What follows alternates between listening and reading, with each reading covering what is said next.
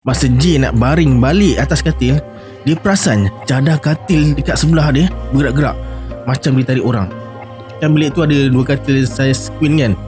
Kemudian J duduk atas lantai dan cuba tenangkan diri. Meremang bulu roma satu badan dia. Mata J tak berkedip pandang katil sebelah. Sambil tu dia berselawat dengan selawat yang guru ngaji dia ajar.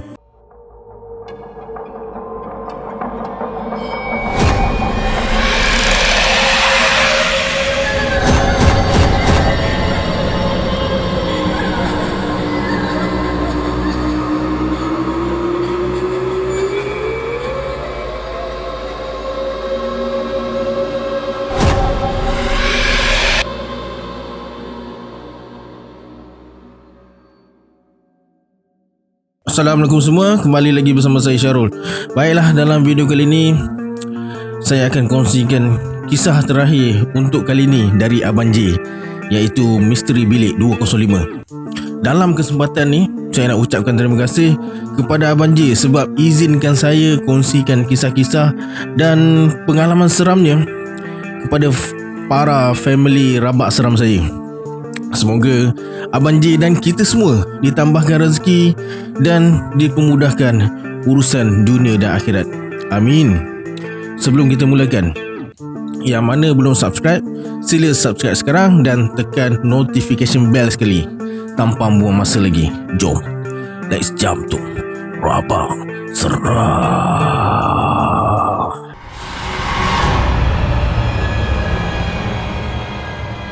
Kisah ni jadi beberapa tahun lalu di sebuah resort dekat Hulu Selangor. Dia ditugaskan selama sebulan dekat resort tu untuk melatih staff dekat sana. Nama resort terpaksa dirahsiakan.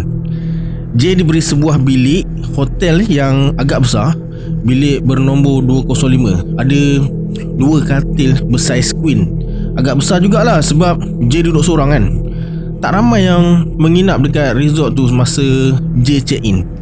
Cuma ada beberapa grup pelancong dari Korea je. Mereka datang atas urusan perniagaan dan main golf. Kafe di restoran tu tutup pukul 8 malam.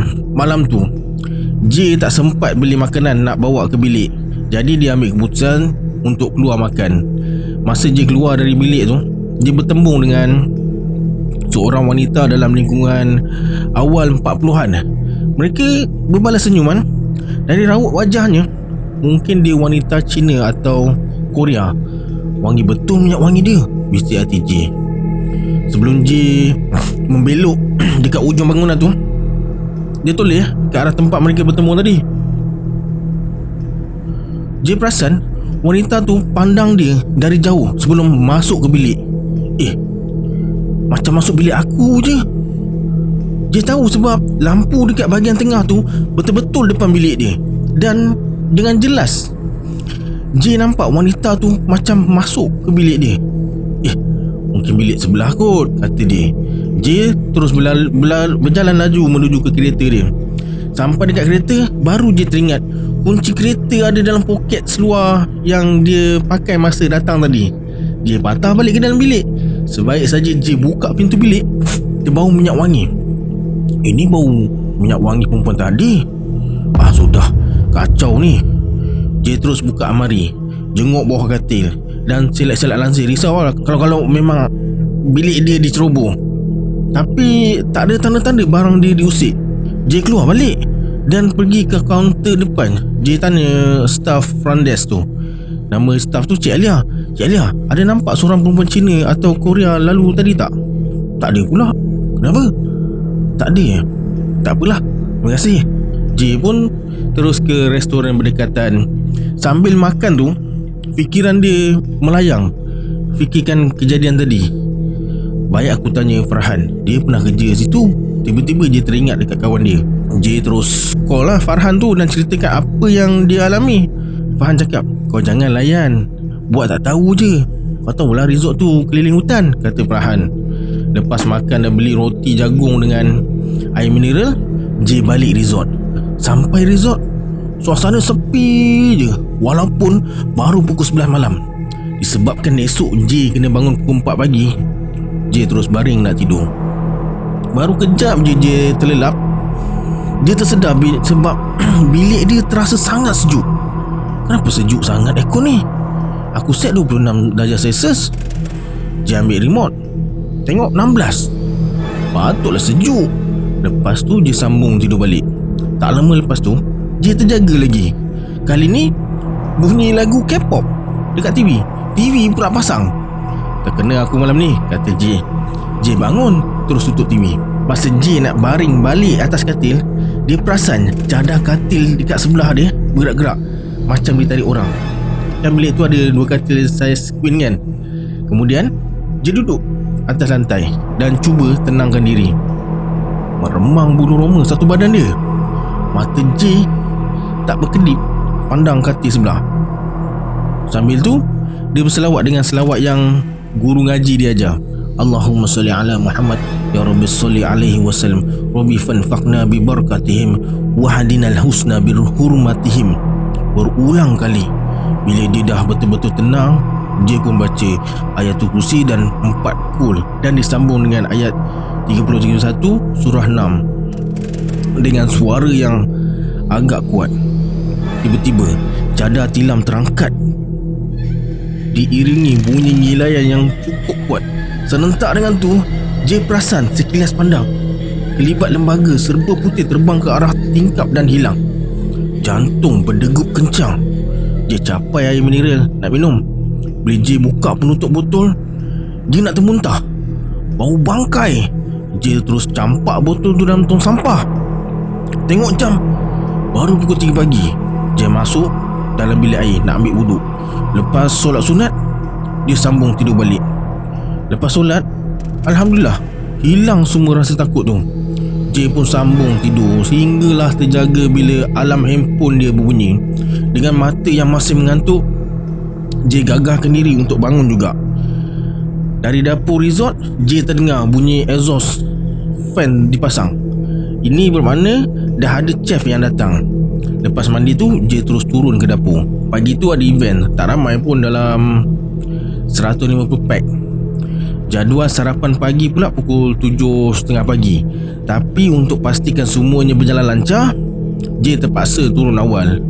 Lepas selesai event pagi tu, J terus ke chef office. Dia tak cerita pasal pada sesiapa peristiwa yang dia alami malam tadi. Sehinggalah salah seorang staf bernama Usop bertanya, "Macam mana chef? Dia ni tidur tak malam tadi?" J hanya tersenyum tanpa menjawab. Selepas staf yang lain beredar, barulah J berterus terang pada Usop. Usop cakap dah ramai yang terkena kalau tidur dekat bilik tu. Chef J ni kira berani lah, sebab sebelum ni pukul 1 pagi penyewa lain dah lari pergi lobi. J hanya mendengar dia bercerita tanpa menyampuk pun. Tengah hari tu, J ke kaunter. Dia ingat nak tukar bilik lah, tapi tak ada bilik kosong. Hari Khamis baru ada, kata staf dekat kaunter tu. Bermakna J kena tidur bilik tu lagi 2 malam. Harap-harap tak adalah gangguan malam ni, kata J. Petang tu, lebih kurang pukul 6 petang, J pergi ke playground. Dekat playground tu ada kolam renang. J tak mandi pun, duduk-duduk dekat situ sambil ambil angin petang. Adalah beberapa keluarga dengan anak-anak mereka tengah mandi. Anak-anak aku mesti suka tempat ni. Lain kali nak bawa dia orang lah, terletik dekat hati J. Masa J tengah asyik melayan perasaan tu, dia ternampak ada seorang budak terlepas dari jagaan orang tua dia. Dia berenang ke arah kawasan air yang dalam. Anak siapa tu? Anak siapa tu? J jerit sambil tunjuk ke arah budak tersebut. Budak tu tenggelam timbul macam nak lemas. Tapi orang-orang dekat situ macam tak dengar jeritan J. Diorang semua leka je mandi. J terus berlari ke arah penjaga kolam tu. Encik, ada budak lemas dekat sana, kata J sambil tunjuk ke arah tempat budak tu. Penjaga kolam tu terus berlari dan terjun ke dalam kolam. J pergi ke tempat tu juga. Sampai dekat tepi kolam, penjaga kolam tu timbul sambil berkata, "Mana ada sesiapa mandi dekat sini, Encik?" Biar betul, saya nampak tadi." Dia keluar dari kolam, terus menuju ke arah pengunjung dan bertanya jumlah ahli keluarga masing-masing, kalau tak takut ada yang hilang kan. Lepas penjaga kolam tu tanya, dia datang balik dekat J. Dia cakap, "Encik, ahli keluarga dia orang semua cukup. Tak ada sekurang seorang pun. Saya rasa encik ni silap pandang kot. J terdiam sekejap. Mustahil aku silap pandang. Aku sedar dan waras lagi. Jam dah dekat pukul 7 malam. Penjaga kolam suruh pengunjung berhenti main dan mandi. Playground hanya dibuka dari pukul 7 pagi sampai 7 malam. Cepat-cepat J ke kafe nak beli nasi goreng untuk makan malam nanti. Sebab kafe tutup pukul 8 malam kan. Malam tu J ajak Usop tidur bilik dia. Usop cakap boleh, tapi lambat sikit lah dia datang sebab dia nak ambil adik dia balik kerja dekat Tesco Rawang. Alamak, Rawang. Malam tu lepas makan, J tengok TV kejap. Tak ada rancangan menarik pun. Astro tak ada, yang ada channel TV Malaysia, Korea dan India. Jam baru pukul 9 lebih. J WhatsApp Usop suruh dia belikan Nescafe sachet tu. Kowe ada, senang nak baju air kan. Tak lama kemudian terdengar pintu bilik dia diketuk. Alhamdulillah, Ucup dah sampai. Bila buka pintu, tak ada siapa dekat luar. Nak menggurau pula si Usop ni, kata J. J berjalan ke arah koridor. Tak ada sesiapa dekat sana. Tiba-tiba J terdengar pintu bilik dia ditutup. Bam! Pintu bilik dia yang tadi terbuka tertutup sendiri. J terus ke bilik, tapi pintu terkunci dari dalam pula. Access card ada kat dalam bilik. Sudah, masalah lagi ni. J terus ke kaunter nak minta bantuan, tapi staf kaunter pula dah balik. Rupa-rupanya urusan dekat kaunter sampai pukul 9 malam je. Handphone pula dekat dalam bilik. Nak panggil security, mereka jaga dekat pintu masuk, agak jauh dari lobi, lebih kurang 200 meter. Terpaksalah J duduk dekat lobi tunggu Usop datang, dan dah lah dia pakai seluar pendek dengan singlet je. Tak lama kemudian kelihatan lampu kereta dari jauh. Alhamdulillah, Usop dah sampai. J kenal kereta Usop sebab lampu kereta dia malap sebelah kiri. Sebaik dia sampai, J suruh dia call security dan bagi tahu masalah dia. Tak lama kemudian security sampai dan buka bilik J. Security tu tak tanyalah macam mana boleh tertutup sedangkan dah selak pintu. J pun angkat bahu tak tahu. Security tu terus beredar sambil mengeleng-geleng kepala. J dengan Usop pun masuk dalam bilik. Masa dalam bilik tu, Usop tanya, ada apa-apa berlaku ke Chef? Tak ada apa-apalah, tadi aku saja jalan-jalan ke koridor, tiba-tiba pintu bilik tu tutup. Mungkin selak tu tak cukup ketat kot, tu yang tutup. J sengaja tak nak bagi tahu Usop. Risaulah Usop tak nak tidur bilik dengan dia nanti. Disebabkan TV tak ada cerita best, mereka berdua hanya berborak sambil minum Nescafe. Dekat pukul 12 baru mereka naik katil masing-masing. Usop ni pula jenis senang tidur. Tak sampai 10 minit dia dah terlena. Sedangkan si J ni pula masih terkebel-kebel walaupun mata dah cukup mengantuk. Sambil berbaring tu, J layan lagu-lagu Hatan. J memang minat lagu Hatan. Saat dia layan lagu tu sampai dia tidur. J terjaga bila Usop panggil dia sambil pukul lengan dia. Jeff, kenapa Usop? Jeff tadi masuk tandas tak tutup air ke? Bila masa aku masuk tandas? J pun terdengar bunyi air melimpah dari tak mandi tu. Dia terus bangun dan tutuplah pilih air tu. Mereka berdua saling berpandangan. J pun terus ajak tidur. Pukul 5 nak turun dapur, katanya.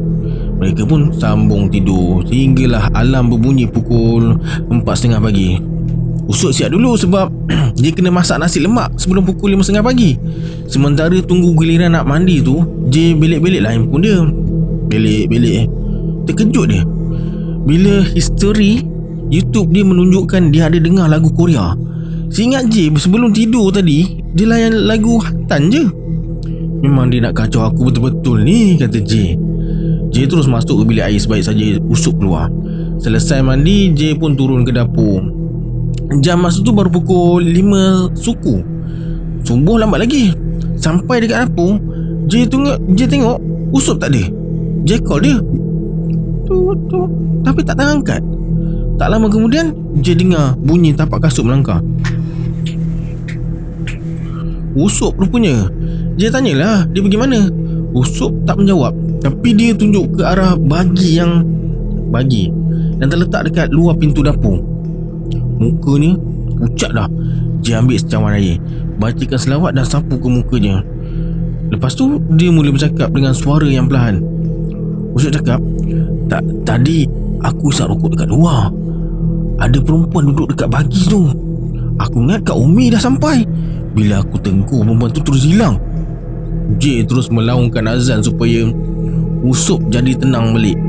Lepas J habis azan tu, dia suruh Usop duduk. J ambil alih tugas dia. Tak lama kemudian, Kak Umi dan beberapa staf kafe pun sampai. Mereka masuk kerja pukul 6 pagi. J pesan pada Usop supaya rahsiakan kejadian tadi sampai event selesai. Lepas peserta seminar bersarapan, J terus ke bilik pengawal. Dia nak tahu tentang kejadian mistik dekat resort tu. Dekat bilik pengawal, J jumpa Rizal, Chief Security dekat resort tu. J ceritakan semua pengalaman dia sejak hari pertama jejakkan kaki. Sepanjang J bercerita, Rizal hanya mendengar tanpa menyampuk. Selesai bercerita, barulah si Rizal ni buka mulut. Menurut Rizal, dekat tingkat 2 tu memang pernah berlaku peristiwa tragis yang melibatkan seorang wanita Korea. Cuma Rizal tak pasti dekat bilik mana kejadian tu berlaku sebab dia baru kerja dekat situ. Yang pasti ada seorang wanita Korea meninggal dunia akibat pendarahan keguguran. Dia pregnant tapi boyfriend dia orang tempatan tak nak bertanggungjawab. Boyfriend dia lari lepas tahu wanita Korea tu pregnant. Akhirnya wanita Korea tu ambil beberapa jenis pil untuk gugurkan kandungan dia. Tentang budak yang J nampak tenggelam timbul semalam tu, memang terjadi. Tapi beberapa tahun lepas katanya, dekat tempat J tunjukkan pada penjaga kolam tu, tempat itulah budak tu lemas. Maknanya J ditunjukkan peristiwa yang pernah jadi dekat situ. Kemudian Rizal bawa J berjalan sekeliling resort dan dia tunjukkan tempat-tempat yang dipercayai keras dekat kawasan tu. Dekat 1 jam jugalah mereka bersembang. Masa sampai dekat lobi, mereka terserempak dengan beberapa pekerja housekeeping. Rizal perkenalkan J pada mereka semua. Tiba-tiba seorang staff housekeeping bernama Ani bersuara, "Muka Jeff macam Irwan lah Kak Ida." Sama. Cuma Jeff tinggi sikit je dari dia. Irwan tu siapa? Serentak J dengan Rizal bertanya. Menurut Ani, Irwan tu golfer. Dulu tiap-tiap minggu dia datang main dekat situ. Tapi rasanya dah 4-5 tahun dia tak datang. Lepas berbual beberapa minit, J pun terus ke kafe nak makan tengah hari. Disebabkan chef yang lain sibuk, J pun makan seorang dulu, ikut giliran makan. J pilih tempat duduk dekat tepi tingkap menghadap ke padang golf. Tak lama kemudian, beberapa pemain golf warga Korea mula masuk kafe. Masa J tengah makan tu, tiba-tiba ada seorang wanita Korea dalam lingkungan umur 40-an datang dekat dia. Wanita Korea tu bertanya, "Are you Iwan?" "No, I'm Chef J, new staff here." Dia pandang J macam tak percaya. Lepas tu dia cakap, "Oh, okay, sorry Chef." Terus dia beredar. J perasan wanita tu berbual dengan kawan dia sambil sesekali jelin dekat J. Lepas makan, J masuk dapur. Chef lain pula nak makan. Macam ni lah kerja dapur. Chef tak boleh makan sama-sama. Kadang-kadang bila terlampau sibuk tu, makan ikut dan je. Makan duduk atas tong gas. Tiba-tiba seorang staf J tegur dia dari belakang, "Chef, perempuan Korea tadi minta nombor Chef." Bagilah. Tak lama lepas tu, staf J datang balik dan bagi sekeping kertas yang tertulis nombor handphone perempuan Korea tadi. Malam tu, masa J tengah leka tengok TV, terdengar pintu bilik diketuk. J tanya, "Siapa tu?" "Me, Korea people, Korea people." Kedengaran suara perempuan Korea yang jumpa J dekat kafe tengah hari tadi. J buka pintu dan tanya ada apa cari dia. Dia kata ada perkara dia nak cerita dan nak jumpa J pagi esok. Mulanya dia call tapi J tak angkat katanya. Memang J tengah cas handphone pun tak perasan. J pun bersetuju nak jumpa dia esok. Malam tu J tidur seorang, tak ada siapa sudi temankan dia. Mereka pun takut bila si Yusof cerita apa yang dia alami. J pun seriau jugalah. Tapi nak buat macam mana? Sebelum tidur tu, J buatlah apa yang patut sebagai seorang Muslim. Kalau ada gangguan lagi, anggap itu semua ujian dan cubaan saja. Pukul berapa J tertidur, dia pun tak pasti. Cuma dalam pukul 2 pagi, J terjaga seolah-olah kaki dia dicuit. Jay bangun. Lepas tu dia ke tandas. Lepas ke tandas dia sambung tidur balik. Masa tidur tu Jay bermimpi. Jay rasakan mimpi tu pelik sangat. Dalam mimpi tu dia nampak perempuan yang dah mati tu berbual dengan seorang lelaki sambil tengok TV. Mereka berdua kelihatan mesra macam pasangan kekasih. Jay dengar segala butil perbualan mereka. Tiba-tiba perempuan tu selak baju dan bagi tahu lelaki tu yang dia pregnant. Lelaki tu nampak terkejut dan bangun, duduk dekat sebelah katil Jay. Dia duduk kat sini, kan ada dua katil kan. Jay duduk sini. Mereka bertengkar dan terdengar yang lelaki tu suruh gugurkan kandungan, tapi perempuan tu tak nak. Alangkah terkejutnya bila lelaki tu palingkan muka ke arah Jay masa dia melak dari dipukul perempuan tu. Mukanya macam muka Jay, cuma dia rendah sikit. Mereka bergaduh dan tolak menolak antara satu sama lain. Mungkin disebabkan terlalu marah, lelaki tu tolak sekuat hati sampai perempuan tu terjatuh, terkena bucu katil. Dia mengaduh sambil mengerang kesakitan. Lelaki tu terus keluar tanpa hiraukan perempuan tu. Tiba-tiba perempuan tu tarik kaki Jay dan berkata, "Help me." Kelihatan ada darah sikit mengalir dari keningnya. Jay pun terjaga. Astaghfirullahalazim. Berderau dan seram sejuk rasa badan. Jay tengok jam, baru pukul 4:30 pagi. Dia terus capai handphone dan pasang ayat ruqyah kuat sampai habis volume. Takkan muka aku sama dengan kekasih dia nak kacau aku pula? Ke kebetulan je mungkin perempuan Korea yang nak jumpa Jay tu ada kaitan dengan kejadian yang dia mimpi tadi. Buat aku pening lah benda ni, kata Jay. Jay capai ke tuala dan terus mandi. Selesai mandi, dia terus bersiap nak ke dapur. Lepas tu Jay call Usop untuk pastikan dia dah bangun. Takut jugalah dia terlajak tidur, sebab pagi tu shift dia dan Jay masuk pukul 5 pagi. Tak lama kemudian Jay dengar bunyi kereta masuk parking. Usop dah sampai. Jay terus ke dapur. Sebaik saja Usop masuk ke dapur, Usop kata, "Sial punya hantu. Chef, saya tak nak kerja masuk pukul 5 pagi lah." "Kenapa?" "Benda tu ikut belakang kereta saya lah, dari jalan simpang masuk ke resort. Kau nampak ke?" "Taklah, tapi saya dengar orang nyanyi lagu Korea atas kereta. Dari simpang jalan sampailah saya parking tadi." "Nanti kita bincang, kita buat kerja dulu." Lepas siap masak, Jay naik ke bilik dan mandi sekali lagi. Kemudian dia rehat kejap sambil teliti event order yang ada atas meja. Pukul 9 pagi tu Jay turun ke kafe nak jumpa perempuan Korea semalam. Sampai kafe, Jay nampak dia dah duduk dekat tempat yang dijanjikan. Dia perkenalkan diri sebagai Yanjo dan bekerja sebagai ejen pelancongan. Antara tugasnya bawa pemain golf dan pelancong melawat dan bermain golf di Malaysia. Dia kata muka je sebiji macam Iwan. Iwan ni kekasih mendiang adik dia, Lee Juan, yang mati dekat bilik 205 tu. Adik dia betul-betul cintakan Irwan dan dia tak sangka Irwan permainkan adik dia. Irwan ni seorang ahli perniagaan yang berjaya, datang main golf setiap hujung minggu. Mereka berdua berkenalan dan bercinta. Irwan pernah suarakan hasrat untuk berkahwin dengan mendiang adiknya Lee Juan tu. Itu yang dia terkejut bila nampak Jay semalam. Mati-mati dia ingatkan Jay ni Irwan jantan lahanat tu. Aku yang terkena. Jay ceritakan pada Yanjo apa yang dia alami sejak hari pertama dia sampai. Yanjo suruh Jay pindah dari bilik tu. Jay hanya mengangguk. Lepas dekat sejam berbual, Jay pun minta diri nak sambung kerja.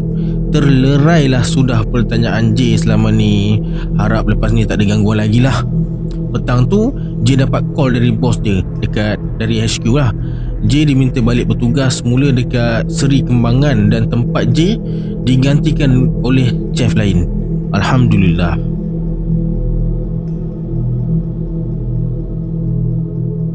Tamat sudah cerita Abang Jay ni.